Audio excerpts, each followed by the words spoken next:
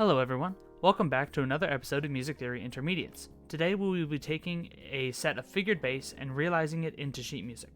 I already have the chords written underneath, and I have the bass line of the song written out. What I'll do now, and the first thing that I usually do when I'm trying to realize figured bass, is I write out what the actual chords are. So my 1 chord in the key of B flat major is B flat, my 5 chord is F. Now I know that 5 chord is an inversion because it says 5-6 in the figured bass. However, right now I'm just worried about what the chord is first.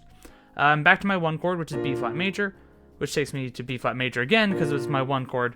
My 4 chord in B flat major would be E flat major. My 5 chord is F, and my 1 chord is B flat major. Now I can worry about the inversions. Because this is 5-6, that means that the third of my chord will be in the bass. That means it will be F over A. For my B flat chord, once again, the 6 means that it's over the third, in this case D. Now this 5 chord does have one new thing for us, which is the 7. So this means that this is an F7 chord. So that'll include the notes F, A, C, and E flat. So now what I need to do is this. I need to realize these chords in the proper order, meaning when I write my B flat chord, it needs to have the notes B flat, D, and F in it, with B flat being the bottom note. And with this next chord, it needs to have the notes F, A, and C, with A being the bottom voice. I've already taken the time to write in the bottom voice, and so now what I have to do is realize the rest of the voices and try and make it sound nice. There's a couple of ideas in traditional writing where we want to avoid things called like perfect fifths. We want to have either parallel or contrary motion. There's a lot of different terms, and I'm happy to go a little bit deeper into that. But for now, I want you to just see how I take the chords and put the notes in that are necessary to fill in the chords. So I'm going to start with adding in the top line. So that way I can have a bass and a melody, and then I know that my inner voices just need to fill in those spaces. So I'm going to take B flat, and then I can go up to C, because that provides contrary motion between these two voices, and move up again to D, perhaps. And then I'm going from B flat major to B flat major over D, so I could actually keep that D exactly where it is, and then for E flat, if I jumped down to B flat, and then to C, to B flat again. So let's listen to just what that much would sound like.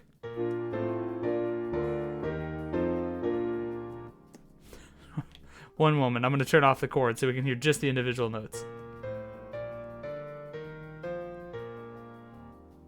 All in all, it sounds pretty regular, pretty usual. We're missing a couple of the chord tones though, so let's add in the alto voice, so this lower voice. Sixths are really pretty voicings, so I'm going to put some sixth motion here. So if I could do D, and I could move down to C, because that still keeps me in line, and have the alto voice kind of walk down, and then we'll need to jump up a little bit to stay within, or I could leave it on B flat. The only issue with that is that it might conflict with the tenor voice because I'm going to be getting kind of low. I'll jump up to F for now, and then we can finish this up by E flat, and then D. So once again, I'm trying to fill in all of my chords, and so I can, for my B flat major chord, I need D. For F major, I still need, I've got A, C, and C, so I can basically take the tenor voice and just fill in the blanks. So for my first chord, I have B flat, D, and B flat. The note that I'm missing is F. For my second chord, I have A, C, and C, so the note I'm missing again is F. For my next chord, I have B flat, and D. So funny enough, I'm once again missing the note F. And this is how we can start to write lines within music that help keep consistency throughout the whole thing. Then for this next line, I go from F.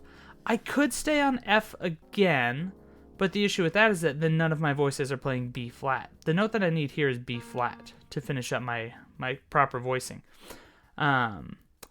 There might be a little bit of a funky motion between the alto and tenor voices, but again, for today, we're really just worried about filling in the notes in my chords. So for my next chords, I have E flat, and B flat. I need the note G. And for my last chord, I have the notes F, E flat and C, I need the note A, and I have B flat, D, B flat, so my final note should be F. This isn't the most satisfying end. This A should resolve up to a B flat, but just for the sake of this exercise, again, we're just looking at filling in the chords of each of my voices. So let's take a listen to this now.